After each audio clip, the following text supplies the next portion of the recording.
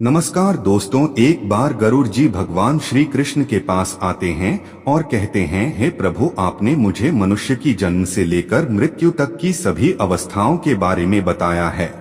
मनुष्य की मृत्यु के उपरांत किए जाने वाले सभी क्रियाओं के विषय में भी बताया है, किंतु हे प्रभु, मेरे मन में एक शंका उत्पन्न हो रही है जिसका निवारण केवल आप ही कर सकते हैं। भगवान श्री कृष्ण कहते हैं, हे गरुड़, तुम्हारे मन में जो भी शंका हो निसंकोच होकर पूछ लो, तुम्हारी हर शंका का समाधान करना मेरा कर्तव्य है। पक्षीराज गरुड़ कहते हैं, हे प्रभु, अब मेरे मन में यह जानने की जिज्ञासा हो रही है कि मनुष्य को कौन से कार्य निर्वस्त्र होकर नहीं करने चाहिए। निर्वस्त्र होकर इन कार्यों को करने से मनुष्य को कौन सा पाप लगता है तथा इनके पीछे क्या कारण है। तब भगवान श्री कृष्ण कहते हैं, हे पक्षीराज गरुड़, आज तुमने उत्तम प्रश्न किया है। तुम्हारे इस प्रश्न के उत्तर में समस्त मानव जाति का कल्याण छिपा हुआ है। तुमने यह सत्य ही कहा है कि मनुष्य को कभी निर्वस्त्र होकर भोजन, स्नान तथा शयन नहीं करना चाहिए। निर्वस्त्र होकर यह तीन काम करने से इसका मनुष्य के जीवन पर अशुभ प्रभाव पड़ता है।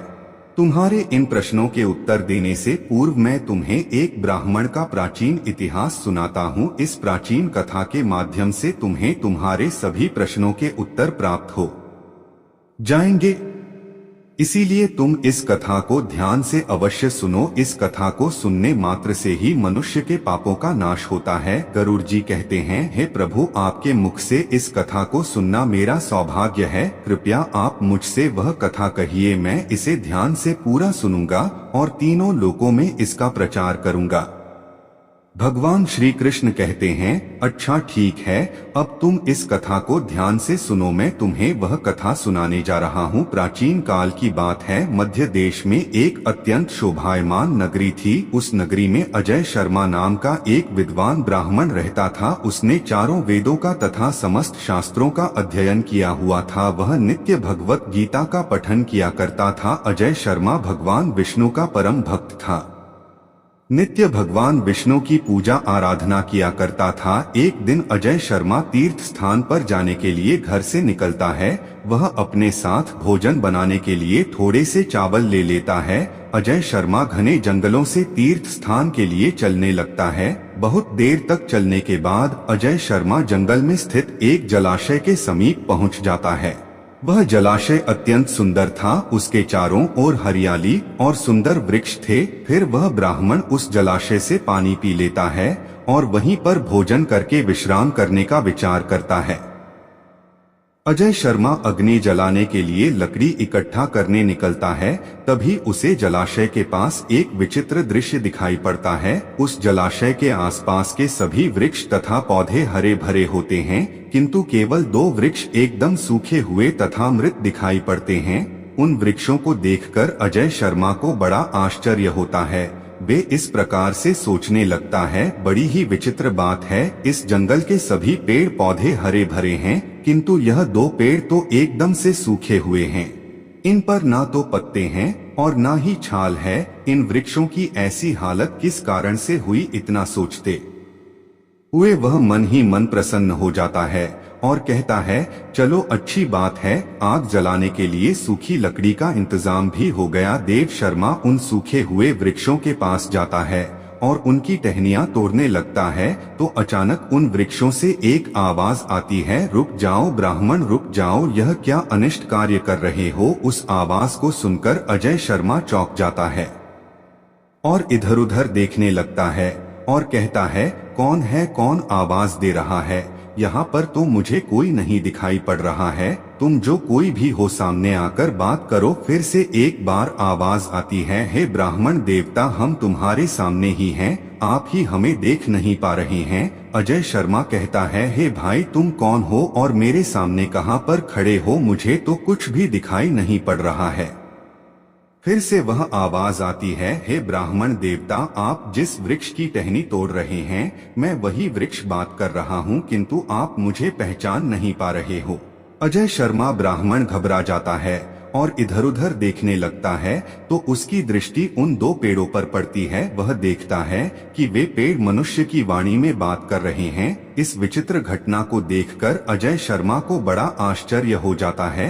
वह कहने लगता है, बड़ी ही विचित्र बात है, यह मृत पेड़ तो मनुष्यों की वाणी में बात कर रहे हैं। यह प्रभु की कैसी विचित्र लीला है। देव शर्मा उन मृत वृक्षों से कहने लगता है, हे वृक्षों, तुम कौन हो और तुम मनुष्य की वाणी में कैसे बात कर रहे हो, और तुम्हें वृक्षों का शरीर कैसे मिला? तुम्हारे समीप इतना बड़ा जलाशय होने के बावजूद भी तुम सूखे हुए हो और बाकी सभी पेड़ पौधे हरे भरे हैं। आखिर ऐसा कैसे संभव है?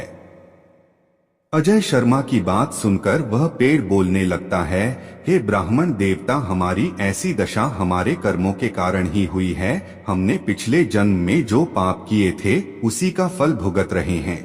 देव शर्मा कहता है, हे वृक्ष, कृपा करके आप मुझे आपके पिछले जन्म का वृतांत सुनाइए। तब वह वृक्ष बोलने लगता है, हे ब्राह्मण देवता, अब हम आपको हमारे पिछले जन्म का वृतांत सुनाते हैं। पूर्व काल में मैं धनेश्वर नाम का वैश्य था और यह मेरी पत्नी दुर्मति थी। हम दोनों ही कांचीपुर थे। मेरा स्वभाव अत्यंत दुष्ट और क्रूर था। मैं लोगों को ब्याज देकर धन कमाया करता था। मेरी पत्नी भी अत्यंत क्रूर और दुष्ट स्वभाव की थी। उसने कभी अपने द्वार पर आए अतिथियों का सम्मान नहीं किया। हमने कभी दान धर्म भी नहीं किया। सदैव ही दीन और गरीब लोगों को सताया करते थे।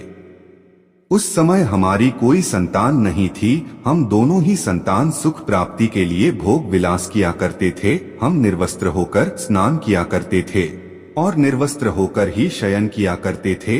अनेक वर्षों तक भोग विलास करने पर भी हमें संतान सुख प्राप्त नहीं हुआ। मैंने कभी अपने पूर्वजों के लिए श्राद्ध नहीं किया, कभी तर्पण नहीं किया, उनके लिए कभी दान धर्म भी नहीं किया, जिस कारण से मेरे सभी पूर्वज रुष्ट हो गए। मेरा मन सदैव ही काम वासना से भरा हुआ रहता था। हम दोनों पति पत्नी दिन रात भोग विलास किया करते थे। निर्वस्त्र होकर ही स्नान भोजन तथा शयन किया करते थे, जिससे समस्त देवी देवता और पितृ भी हमसे रुष्ट हो गए। इस प्रकार से अनेक वर्ष बीत जाने के पश्चात हम पुत्र प्राप्ति की कामना से तीर्थ यात्रा पर निकले। रास्ते में जाते समय एक नदी किनारे हमने निर्वस्त्र होकर संबंध बनाया। दुर्भाग्य से उसी नदी में डूबकर हम दोनों की मृत्यु हो गई। मृत्यु के पश्चात हमें ले जाने के लिए यमराज के दो दूत प्रकट हुए। वे दूत हमें पकड़कर यमपुरी ले गए। यमपुरी का दृश्य अत्यंत भयंकर था। यमराज विशालकाय सिंहासन पर बैठे हुए थे और उनके पास चित्रगुप्त बैठे हुए थे, जो यमपुरी में आए हुए प्राणियों का लेखा जोखा निकाल रहे थे।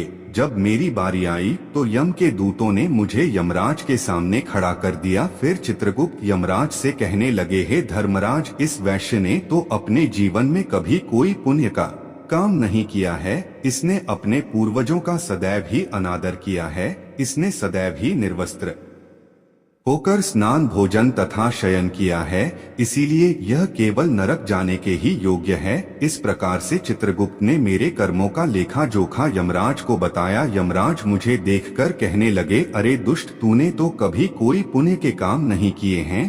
तूने सदैव ही निर्वस्त्र होकर स्नान करके वरुण देवता का अपमान किया है। निर्वस्त्र शयन करके तूने अपने पूर्वजों को अपमानित किया है तथा निर्वस्त्र भोजन करके तूने अन्न का भी अपमान किया है। इसीलिए तुझे नरक में ही डाल दिया जाएगा। इस प्रकार से यमराज ने अपने दूतों को आज्ञा देकर मुझे नरक में डाल दिया। मेरे पश्चात मेरी पत्नी को यमराज के सामने लाकर खड़ा किया गया। उसे देखकर चित्रगुप्त ने कहा, हे धर्मराज, इस पापी स्त्री ने भी अपने पति की तरह कोई पुण्य का काम नहीं किया है। इसने भी निर्वस्त्र होकर ही स्नान भोजन तथा शयन किया है। इसने समस्त देवी देवताओं और पितरों का अपमान किया है। अतः यह भी नरक जाने के ही योग्य है। इस प्रकार से यमराज ने हमारे पाप कर्मों को देखते हुए हम दोनों को ही नरक में डाल दिया। नरक में सजा भुगतने के पश्चात हमें वृक्ष का शरीर प्राप्त हुआ। जैसे जैसे हम बड़े हुए हमारे सारे पत्ते भी गिर गए और हमारी छाल भी नष्ट हो गई। निर्वस्त्र कार्य करने के कारण इस जन्म में वृक्ष के रूप में हमारा वृक्ष रूपी शरीर भी नग्न हो गया। और हम कष्ट भुगत रहे हैं। हे विप्र वर, कृपा करके हमें इस कष्ट से मुक्ति दिलाने के लिए कोई उपाय कीजिए। इस प्रकार से उन दोनों की बात सुनकर अजय शर्मा को उन पर बड़ी दया आ गई।